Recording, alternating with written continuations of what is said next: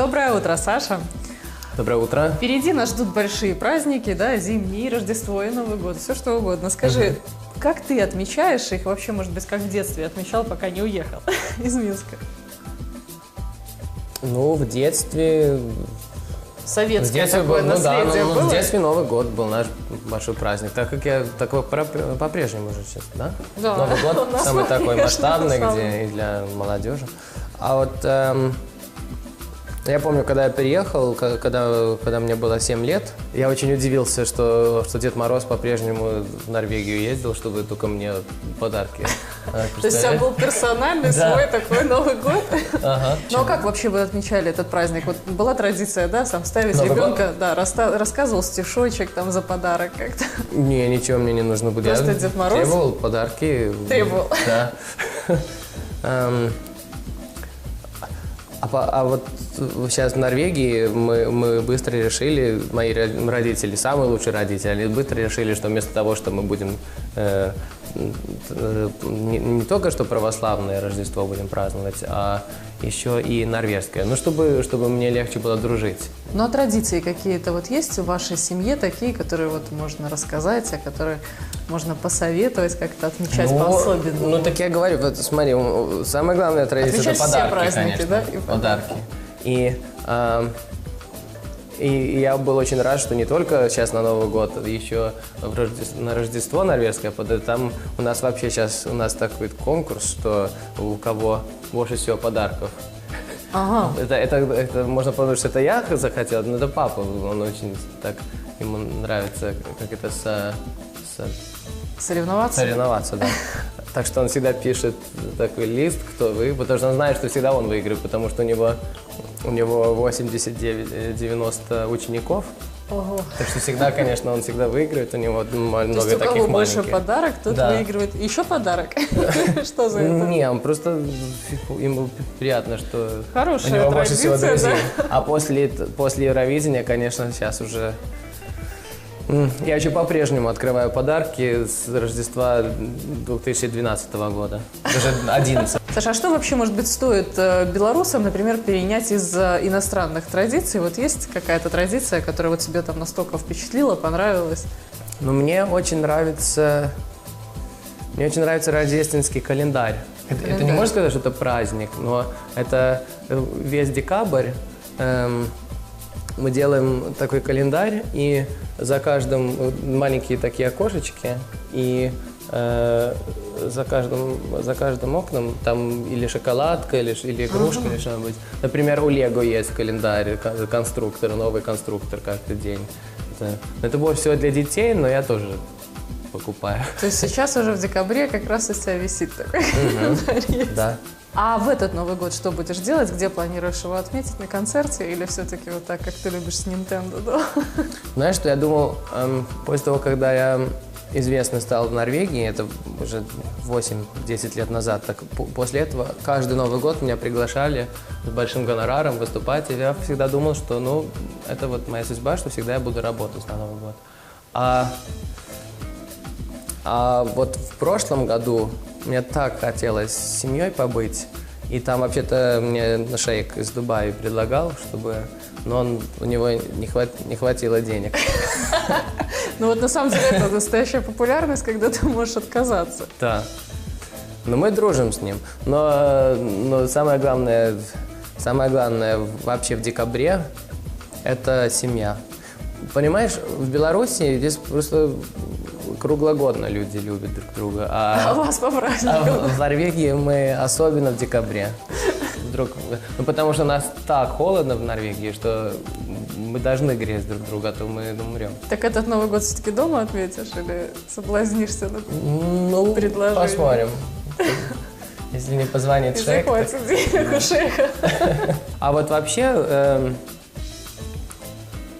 что мне не обязательно очень нравится славянская культура, то, что у вас слишком много праздников.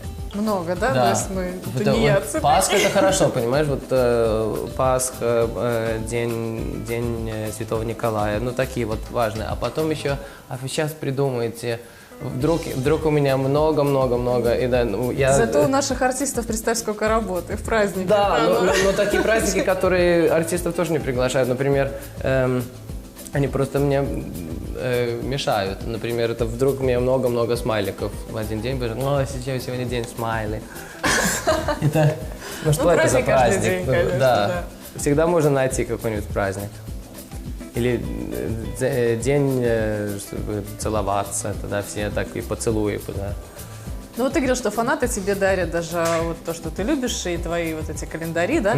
Но теперь у тебя, наверное, прибавилось фанатов, поскольку в Беларуси ты участвовал в проекте «Поющие города» и нашел тут целых 4, да, участника своих. Расскажи о них, как вот тебе удалось выбрать и почему Ну, именно ты же там 4? была. Да, так я вот и думаю. Но мне очень нужно было найти... Я вообще-то неправильно сказал в тот день, потому что я вам сказал, что мне нужно найти людей, которые похожи на друг друга, а вообще-то это далеко не это мне хотелось. Мне нужно найти было индивидуальных, симпатичных людей, которым нравится рассказывать истории на сцене. Не просто, что показывать свой голос, а показывать музыку. А вот ты их сразу видел, понимал, вот это они, или долго думал? Не-не-не, еще потом? мне понравилось 7-8. И там, помнишь, там девушка была, которая сразу сказала, ну ты точно пройдешь. И ей я дал самую главную роль, можно сказать, в песне. Она день перед полуфиналом, она вдруг сказала, что все, я не буду участвовать на проекте, я солистка, я не в ансамбле должна быть. И, То есть вот да. прямо... Так что полуфинал совсем, невероятно, что ребята мои справились на полуфинале, потому что вдруг они в последний день должны были все изменить. А это что, такие амбиции у человека? Или почему вы туда не захотели?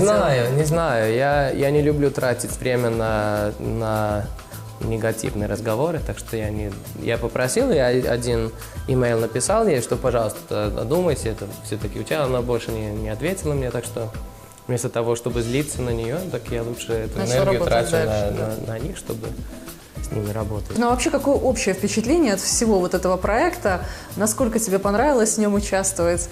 Кто больше всего, может быть, понравился, кого ты запомнил?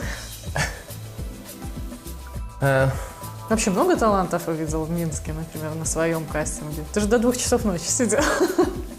Да, но я очень редко такое делаю. Обычно я отказываюсь от работы в жюри, потому что мне не нравится это делать на 50%. Мне нужно это со всей душой. И тогда хотелось всех прослушать. Мне как-то неприлично останавливать людей после 2 фразы, как бы они ни пели. Ну да, ты был самый благодарный, на самом деле, артист, который всех да, слушал, но я надеюсь, всех хвалил. Я надеюсь, я навсегда буду таким в жюри. Но боюсь, что через пару лет мне надоест уже так всех прослушивать. Но пока что мне это все было интересно. Особенно в Минске, где много талантов и много разнообразных людей. Это вообще для меня вообще самое главное в жизни – разнообразность. Что больше всего запомнил? Больше всего запомнил девушку, которая Леди Гага спела фольклорно, да. Да, потому что это, она произвела впечатление, но по качеству не очень хорошо, так что я ее не выбрал, но хорошая девушка. Но ты сразу понял, что ты им дашь песню «Небеса Европы», или это потом пришло? Ну, постепенно, уже когда уже половина участников спели, так я понял, что здесь такие большие разницы между участниками, они очень разнообразные, и нужно найти песню, которая соединит их. И «Небеса Европы», я чувствую, что там можно было петь и так, как по-высоцки, как Алексей поет, потом Саша, он больше, как шансон, как больше даже оперный. А девушки и очень улыбчивые, и они рассказывают, не просто поют, а рассказывают. Это можно про всех 4 сказать, так что они... Понимаешь, некоторые певцы, они они используют музыку, чтобы себя показать. А мне нравятся певцы, и артисты, которые себя используют, чтобы музыку показать.